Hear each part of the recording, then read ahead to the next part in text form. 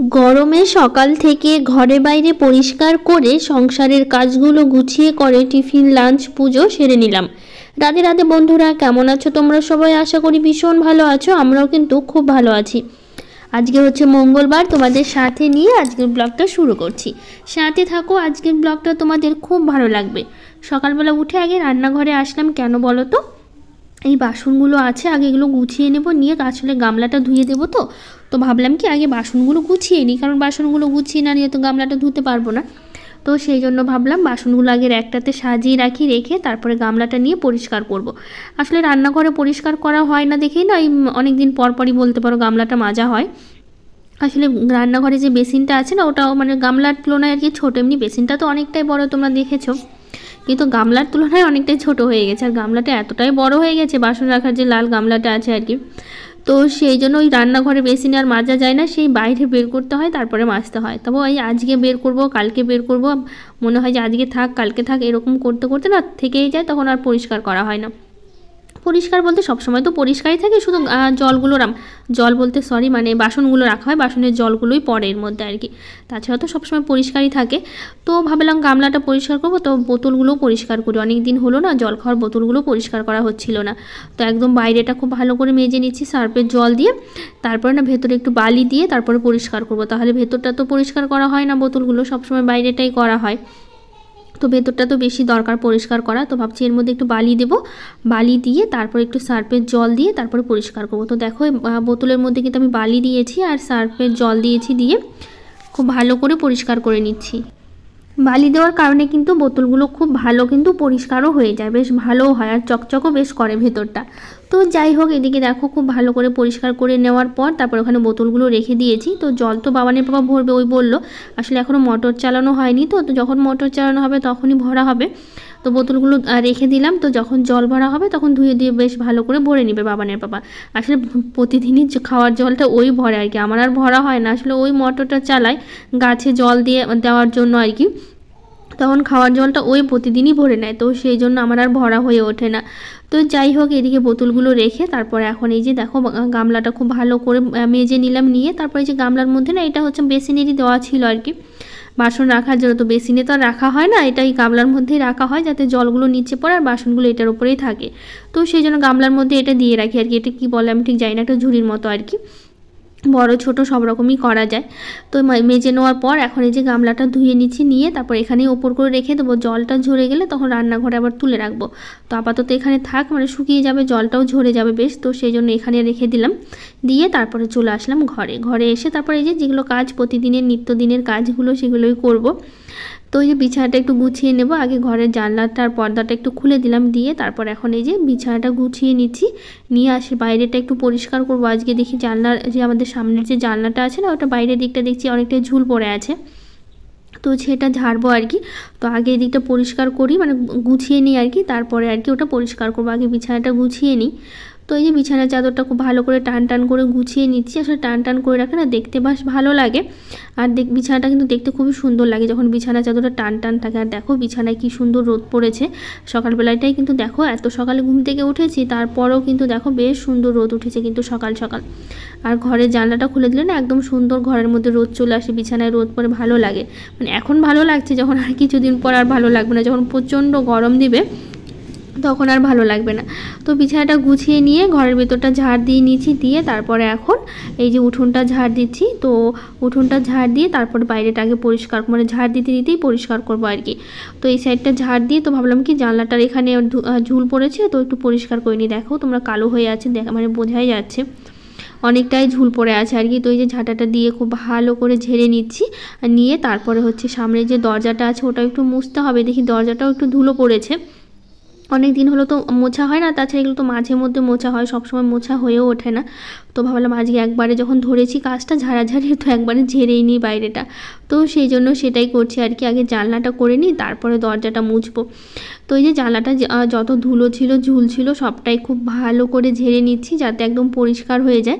আর এই নিচের দিকটাও ভালো করে ঝেড়ে নিচ্ছি, ওখানেও বেশ ঝুল ছিল। তো ওটা করে নেওয়ার পর চলে আসলাম এই যে মেন যে দরজাটা আছে আমাদের, এটা কিন্তু লোহার দরজা। তো এই দরজাটাই হচ্ছে পরিষ্কার করে নিচ্ছি।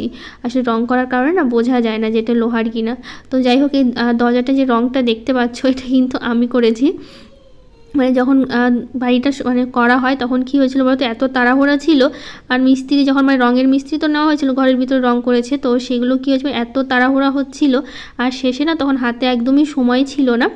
তারপরে কি হয়েছিল বলো তো, তখন এই হাতে সময় ছিল না, এদিকে মিস্ত্রিও দেরি করছে আর এদিকে আমার বাড়িতে ঢোকার গৃহপ্রবেশের ডেটটাও ঠিক হয়ে গেছে, কিন্তু দেরি হয়ে যাচ্ছিল। তখন এটা রঙ না, এটা শুধু প্রাইমার লাগানো আছে, তো তখন আর রঙ করা হয়নি। প্রাইমারটা ছিল মানে কাঠে মানে লোহার যে প্রাইমারটা আর কি, সেই প্রাইমারটা ছিল। তখন আমি কি করেছি বলো তো, প্রাইমারটা দিয়ে নিজেই আর কি দরজাতে রঙ করে দিয়েছি। তো প্রাইমারটা দিয়ে দেওয়া আছে, আপাতত রঙ করা হয়নি, শুধু প্রাইমার দেওয়াই আছে, ওভাবেই আছে। সেই রঙ করবো করে আর করা হয়নি। তারপর তো ঘরের কাজ কমপ্লিট হয়ে গেল, তারপর আমি এটা রঙ করে দিলাম। তারপর মিস্ত্রি চলে গেল, তারপরে আর মিস্ত্রি নেওয়া হয়নি। আসলে সঙ্গে সঙ্গে কাজ না করলে না অনেক সময় অনেক কাজই হয়ে থাকে না আর কি, ওই সঙ্গে সঙ্গে করে নিলে হয়ে যেত। তো তখন আমি করেছি, এটা করেছি। তারপরে হচ্ছে গ্যারেজ রুমেরটা বাবানের পাপা করেছিল আর কি, প্রাইমারটা যে গ্যারেজ রুমের যে দরজাটা দেখতে পাচ্ছ, এই প্রাইমারটা বাবানের পাপা করেছে, শুধু এই দরজার প্রাইমারটা আমি লাগিয়েছিলাম আর কি। তো যাই হোক, এদিকে দেখো খুব ভালো করে ঝেড়ে নিলাম, নেওয়ার পর এখন এই যে দরজার সামনেটা একটু ঝেড়ে নিচ্ছি, কারণ এখানে একবার ঝাড়া হয়েছিল, কিন্তু যখন এই দরজাটা পরিষ্কার করলাম না তখন একটু ধুলো পড়েছিল, তো সেই জন্য ভাবলাম মানে দরজার ধুলোগুলো তো এখানেই পড়েছে, তো ভাবলাম আরেকবার করে ঝেড়ে নিয়ে তারপর এখন এই যে আবার উঠোনটা ঝাড় দিচ্ছি। আসলে এটা ঝাড় দিতে দিতে মনে হলো হঠাৎ যেটা একটু পরিষ্কার করে নিলে আজকে করব কালকে করব করে থেকে যাচ্ছে আর কি। অনেক সময় তাড়াহুড়োর জন্য ভাবি যে আজকে থাক কালকে করে মুছে নেবো আর কি, তো সেইভাবে থেকে থেকে না কয়েকদিন হয়েই গেল। তো আজই ভাবছি যে যতই দেরি হোক আগে এটা করে তারপরে হচ্ছে ঝাড় দেবো আর কি। তো সেই জন্য অর্ধেক ঝাড় দিয়ে আবার একটু মুছে নিলাম, নিয়ে তারপরে আবার হচ্ছে ঝাড় দেওয়া শুরু করছি উঠোনটা। ভালো লাগে আর কি পরিষ্কার পরিচ্ছন্ন থাকলে, তাই না বলো? তো হেনা খাতুন বোন বলেছে, আর জানো তো দিদি, তোমার মতো আমারও মাথার যন্ত্রণা করে। কয়েকদিন আগে আমারও খুব বেশি হয়েছিল মাথার যন্ত্রণা, ওষুধ নিয়ে এখন একটু কমেছে। তোমার মতো আমিও একটা ছোট্ট স্কুলে পড়াতে যাই, 2 ইয়ারের ছোট্ট বাচ্চা আমার। একা সব কাজ করে বাচ্চা সামলানো খুব প্রবলেম হয় গো দিদি। তাও অনেকেই বলে সারাদিন কি করি। আসলে কি বলতো, অনেকের কাজই ওরকম। আমরা যারা ঘরের সংসারে মানে মেয়েরা ঘরের কাজগুলো করি, তাদের কাজগুলো তো কোনো তুলনা হয় না। মানে আমরা করি, আমরা ঠিক জানি যে কতটা পরিশ্রম হয় সংসারের কাজ করতে, কিন্তু অনেকেই ভাবে যে আমরা সারাদিন হয়তো বাড়িতে বসে থাকি, সারাদিন কী বা কাজে, রান্না করা, ঘর মোছা, কাপড় কাচা, ঘর বাড়ি গোছানো, সাজানো, এটাও একটা কিন্তু অনেকটা কষ্টেরই কাজ। কিন্তু অনেকেই মনে করে যে এটা কোনো কষ্টেরই না, মনে হচ্ছে যেন মানে সারাদিন আমরা কী বা করি, মানে করলেই হয়ে গেল আর কি। মনেই হয় না যে এটা কোনো কাজ আর কি, কষ্টের কাজ আর কি। কিন্তু অনেকেই আছে এরকম বলে আর কি, যে মেয়েরা সারাদিন কী করে। কিন্তু আমার ক্ষেত্রে বলতে পারি সেরকম আমার বলার কেউ নেই, মানে সেরকম কেউ বলে না যে আমি সারাদিন কী করে, বুঝতে পারে যে সারাদিন আমি মানে কষ্ট করি সংসারের জন্য। তো অনেকেই আছে, অনেকে ওরকম হয় আর কি, যারা বলে মেয়েদেরকে যে সারাদিন কী বা করো, এই তো কাজ, এইটুকু কাজ করতে এত কিছু, সারাদিন তো শুয়ে বসেই কাটাও আর কি। এই রান্না বান্না করতে কতই বা সময় লাগে, কাপড় কাচতে কতই বা সময় লাগে, এটা মানে কষ্টের মনেই করে না অনেকেই আর কি, আছে অনেকে ওরকম আর কি। তো যাই হোক দিদিভাই, তুমি কেমন আছো জানিও। তো আমার তো মাথা ব্যথাটা অনেকটাই কমে গেছে, ওষুধ আমিও খেয়েছি, ওষুধ খাওয়ার পর এখন অনেকটা কম আছে। আমার তো অনেক দিন ছিল, 1 সপ্তাহ 10 দিনের মতো মাথার যন্ত্রণাটা ছিল। তো ওই ওষুধ মানে খেতে খেতে, আমাকে তো ডাক্তার দেখিয়ে ওষুধ নেওয়া হয়েছিল, তো ওই ওষুধ খেতে খেতে এখন কমে গেছে আর কি, এখন আর মাথার যন্ত্রণাটা নেই। আর দেখো গাছে এত টমেটো হয়েছে, ভাবছি টমেটোগুলো কি করব। তোমরা দেখো এত পেকেছে টমেটোগুলো, এখন মানে গাছ ভরে আছে টমেটো পেকে আছে আর কি, লাল লাল হয়েছে। তুলতে এত ভালো লাগছে টমেটোগুলো, আর ভালো লাগছে। দেখো কতগুলো টমেটো তুলেছি, সেই 2 ঝুড়ি, 1 ঝুড়ি তো হয়নি। তো একজন এসেছিলো, তাদেরকে মানে 3 ঝুড়ি হয়ে যেত, 1 ঝুড়ির মতো আবার দিয়ে দিলাম একজনকে আর কি পাশে আর কি। তো 3 ঝুড়ির মতো টমেটো গাছ থেকে তোলা হয়েছে। দেখো এতগুলো টমেটো, ভাবছি শ্বশুর বাড়িতে পাঠিয়ে দেবো। তো বাবানের পাপা গিয়ে আবার দিয়ে এসেছিলো আর কি আমার শ্বশুর বাড়িতে, কারণ এত টমেটো তো খাওয়া সম্ভব নয়। এর আগে তো কতগুলো ছিল, সে চাটনি করে 3 দিন চাটনি খেয়েছি, রান্না করে 1 দিন রান্না করে 3 দিন চাটনি খাওয়া হয়েছে। তো আবার মনে হচ্ছে টমেটোগুলো পেকে আছে, এইগুলোকে আবার সে চাটনি করে রেখে দিতে হবে 2 দিন 3 দিনের জন্য আর কি, নইলে এতগুলো টমেটো না আবার নষ্ট হবে। তো দেখি কি করি, টমেটোগুলো শ্বশুরবাড়িতে তো অর্ধেকটা পাঠানো হলো, আর হচ্ছে অর্ধেকটা আছে এখন আমাদের। তো যাই হোক, আজকে রান্না, তারপরে দিকে কাজ সেরে, বাসি কাজ সেরে, তারপরে যে ফ্রেশ হয়ে চলে আসলাম রান্নাঘরে।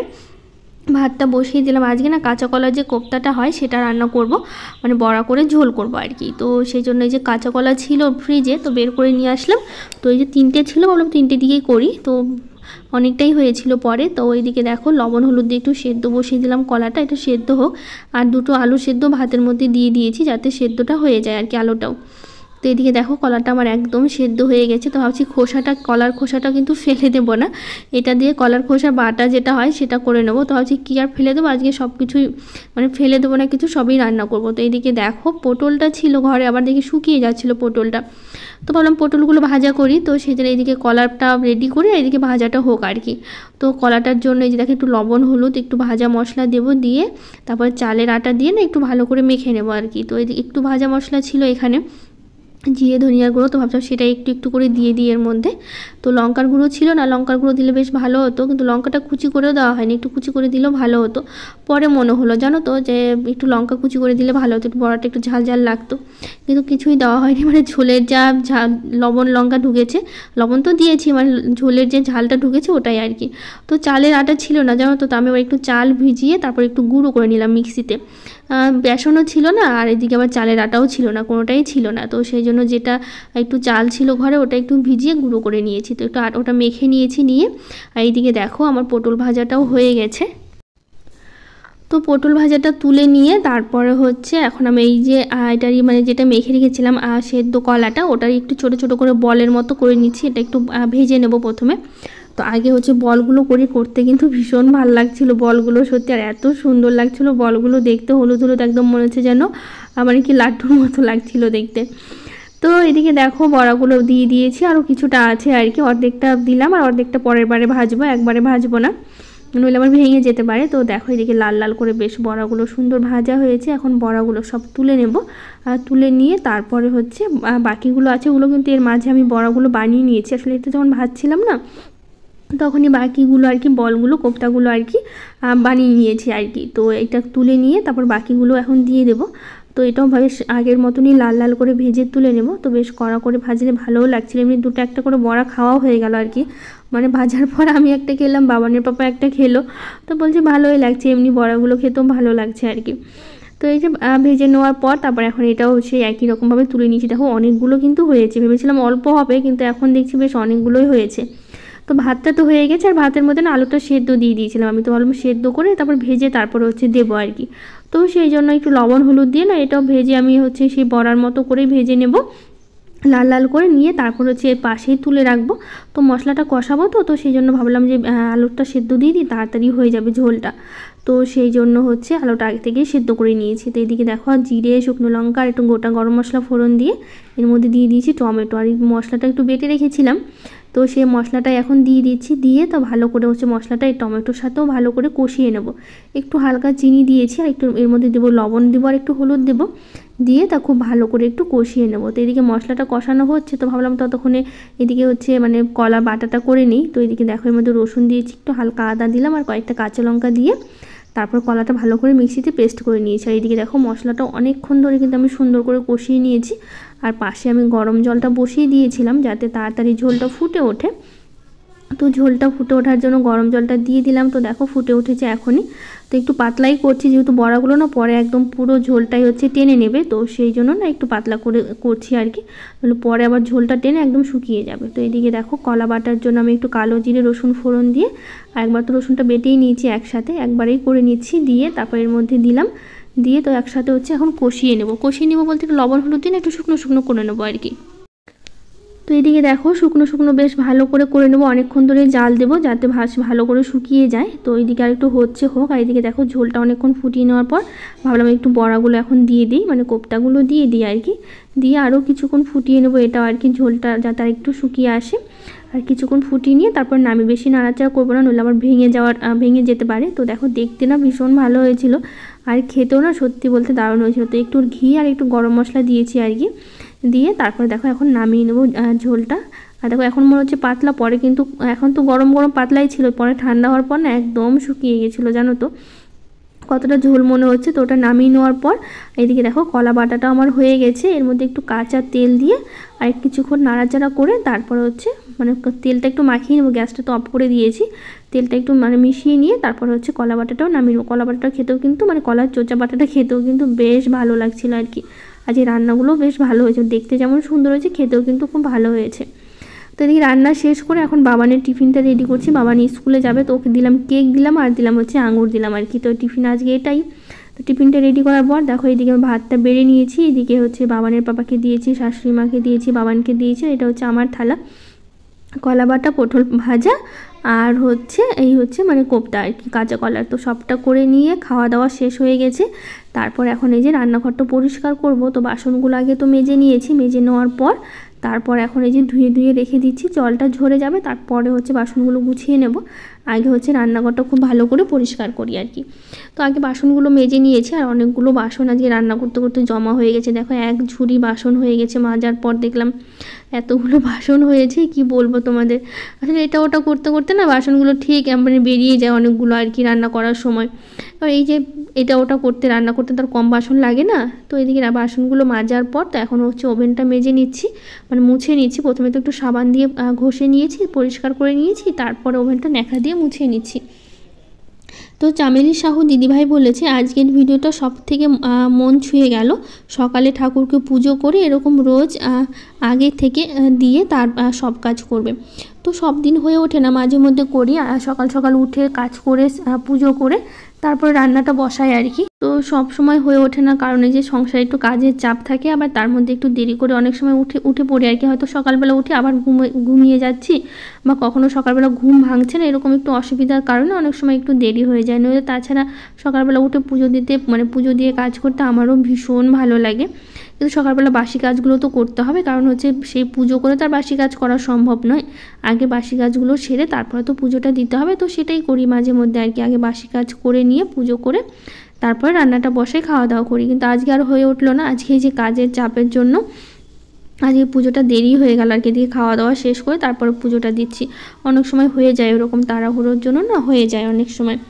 তারপরে হচ্ছে লক্ষ্মীকুণ্ড দিদিভাই বলেছে একটা বড় ঝাঁটা কিনে নেবে, আর উঠোনের ঝাঁটাটাও বড় একটা কিনে নিও, সুবিধা হবে। হ্যাঁ গো দিদিভাই, কিনতে হবে, জানো তো প্রচণ্ড সমস্যা হচ্ছে ঝাড় দিতে। এত ছোট হয়ে গেছে ঝাঁটাটা, কি বলবো, মানে ঝাড় দিতে প্রচুর সময় লাগছে, মানে সময়ের থেকে বেশি সময় লেগেছে। আধা ঘন্টার কাজ বলতে পারো 1 ঘন্টা লাগছে, এক জায়গায় বারবার ঝাড় দিতে হচ্ছে।